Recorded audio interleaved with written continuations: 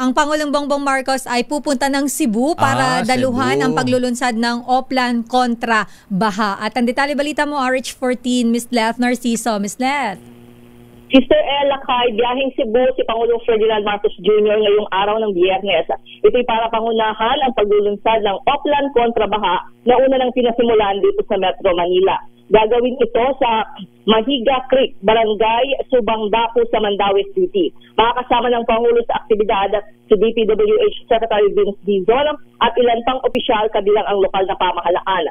Sa ilalim ng proyekto ay magsasagawa ng desiltation at pagpapalalim ng mga ilog, creek at mga estero kasabay ng paglilinis o pag-alis ng mga basura at debris sa mga daluyan ng tubig.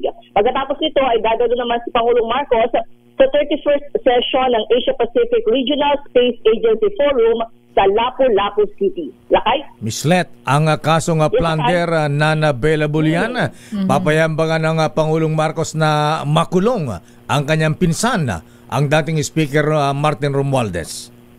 Aabangan natin yan, Lakay, dahil doon sa naging pahayag na ni Pangulong Marcos kanina ay sabi niya ay depende sa lahat ng ebidensya. Yung isasampang kaso ng ombudsman. At papayag ba siyang magkaroon ng caretaker? Ayan, tingnan natin lang.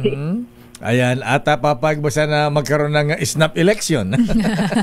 Dahil mga walang mga komento tungkol dyan. Dami mga guni-guni. Ayan, mga kung ano ng mga lumalabas na haka-haka.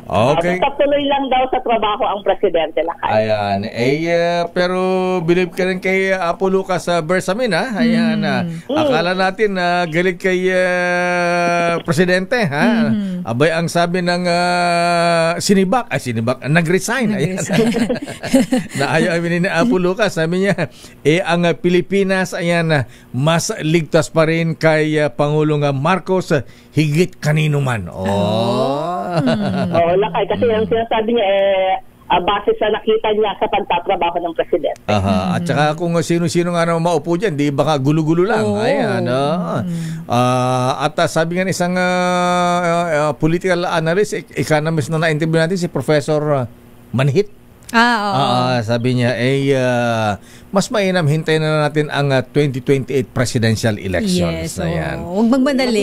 Yung ganyan ang sinasabi lang kasi parang mahirap, di ba, mapapalitan ano mangyayari sa atin ng panibagong lahat. Magiging unstable lalo ang gobyerno. Yes. Okay nga, Rod. Maraming salamat, Miss Let. Maayong buntag. Good morning. Balik sa inyo, Sister L. at Lakay.